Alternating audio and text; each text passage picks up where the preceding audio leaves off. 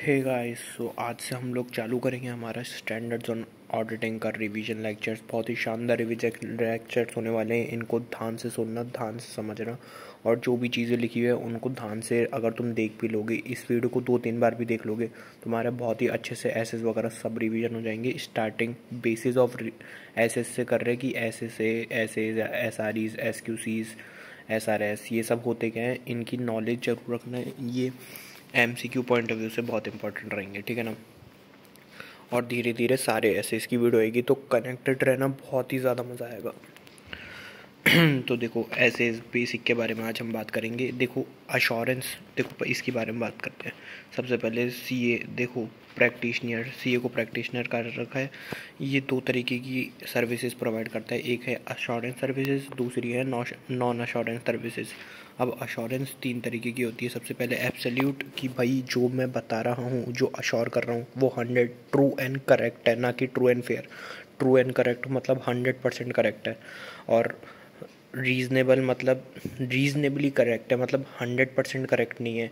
तो तुमने मतलब चैप्टर 1 में जैसे पढ़ा होगा कि audit risk never be zero, क्योंकि लिमिटेशंस ऑफ ऑडिट भी होती है इसलिए। और मॉडरेट, मॉडरेट मतलब उससे भी नीचे, कि मतलब जैसे होता है ना, एग्जांपल के तौर पर कि किसी मतलब ऐसे AS 18 है, related party transaction account, advance accounts में, तो उसके अंदर है ना कि रिलेटेड पार्टी से अगर तुम ट्रांजैक्शन करते हो तो उनका डिस्क्लोजर देना पड़ता है। तो ऑडिटर सिर्फ ये चेक कर लेता है कि हाँ भाई डिस्क्लोजर दिया है कि नहीं।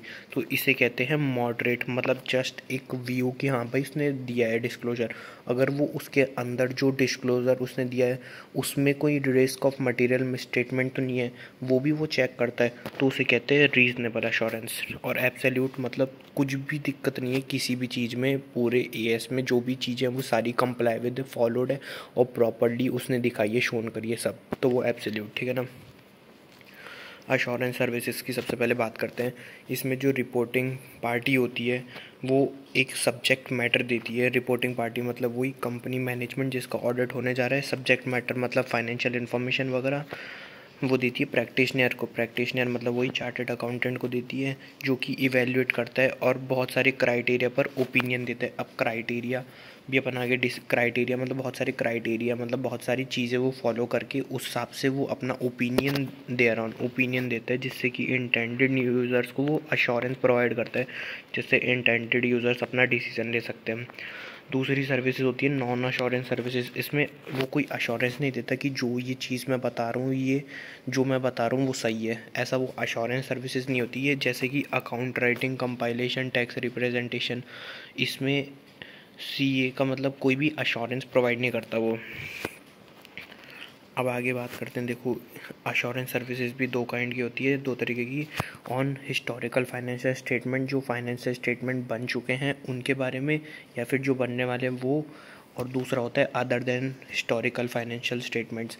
अदर देन मतलब है चेकिंग इंटरनल कंट्रोल या फिर रिपोर्ट्स वगैरह। जैसे इंटरनल कंट्रोल है, ये सब फाइनेंशियल स्टेटमेंट्स के पार्ट नहीं है, ये अलग है। तो other than historical financial statement में इनकी बात कर रहे हैं, ठीक है ना।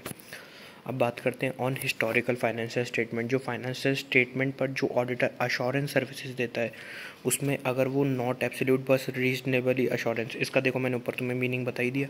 अगर वो financial statement on historical financial statement assurance services historical financial statement में रीजनेबली अश्योरेंस देता है, तो डिस्क्लोजर के अंदर चेक करना, इसको कहते हैं ऑडिट। और ऑडिट के स्टैंडर्ड्स होते हैं, स्टैंडर्ड्स ऑन ऑडिटिंग एसेज। ये जो एब्सोल्यूट, देखो जो अश्योरेंस सर्विसेज होती है ना, उसमें जो हिस्टोरिकल फाइनेंशियल स्टेटमेंट्स में अगर वो रीज़नेबल अश्योरेंस देता है ना, जब जैसे डिस्क्लोजर को अंदर से चेक करना, तो उसे कहते हैं अपन ऑडिट। और इसके लिए अपन को स्टैंडर्ड्स ऑन ऑडिटिंग फॉलो करने पड़ते हैं। और अगर वो अश्योरेंस सर्विसेज दे रहा है बट वो हिस्टोरिकल फाइनेंशियल स्टेटमेंट्स में दे रहा है, बट वो मॉडरेट लेवल ऑफ अश्योरेंस दे रहा है, तो उसे अपन कहते हैं रिव्यू, जिसमें फॉलोज होते हैं SRE, standard on review engagements, ठीक है ना। ये तुम्हें MCQ पॉइंट ऑफ व्यू से ध्यान रखना है, और CA फाइनल के लिए भी थोड़ा बेसिक है। अब बात करते हैं अश्योरेंस सर्विसेज ही वो दे रहा है, लेकिन अब दे रहा है वो जैसे चेकिंग ऑफ इंटरनल कंट्रोल ये सब वगैरह है ना, फाइनेंशियल स्टेटमेंट्स के अलावा other than historical financial statement. तो इसमें वो not reasonable but moderate level of assurance. इसमें भी वो अब चेकिंग इंटरनल कंट्रोल वो बस इसमें व्यू ही तो करेगा, तो इसके अंदर वो बस देखेगा, तो इसमें मॉडरेट लेवल ऑफ अश्योरेंस दे रहा है वो।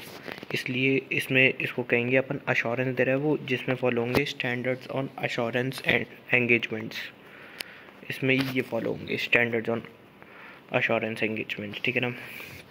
और ऊपर अगर वो नॉन अश्योरेंस सर्विसेज दे रहा है तो इसमें कोई अश्योरेंस तो है नहीं, तो इन जो ये जो सर्विसेज होंगे ना इन्हें कहेंगे रिलेटेड सर्विसेज। और इसके लिए फॉलो करेंगे अपन SRS, standards on related services. So basically यही है।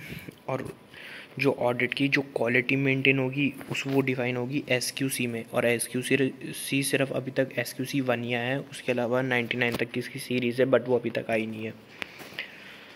उसके बाद बात करते हैं अपन सिंपल सा स्टैंडर्ड्स ऑन ऑडिटिंग। देखो ये बेसिक याद रखोगे ना तो मैं बहुत अच्छा याद रख मतलब बहुत अच्छे से याद हो जाएंगे, मतलब क्रोनोलॉजिकली सारे स्टैंडर्ड्स, ठीक है ना।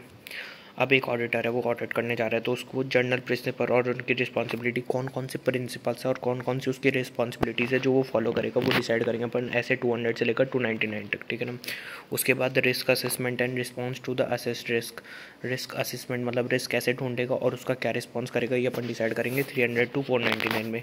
ऑडिट एविडेंस जो वो ऑब्टेन करेगा वो उसका डिसाइड करेंगे अपन 500 से 599 में। और यूजिंग वर्क ऑफ अदर्स इसमें 600 to 699। और रिपोर्टिंग एंड कंक्लूजन लास्ट में जब वो पूरा ऑडिट एविडेंस मिल गया, दूसरों का काम भी देखकर उधर से भी ऑडिट एविडेंस मिल गया, तो वो रिपोर्टिंग एंड कंक्लूजन कैसे बनाएगा वो डिसाइड करेंगे 700 से लेकर 799 में।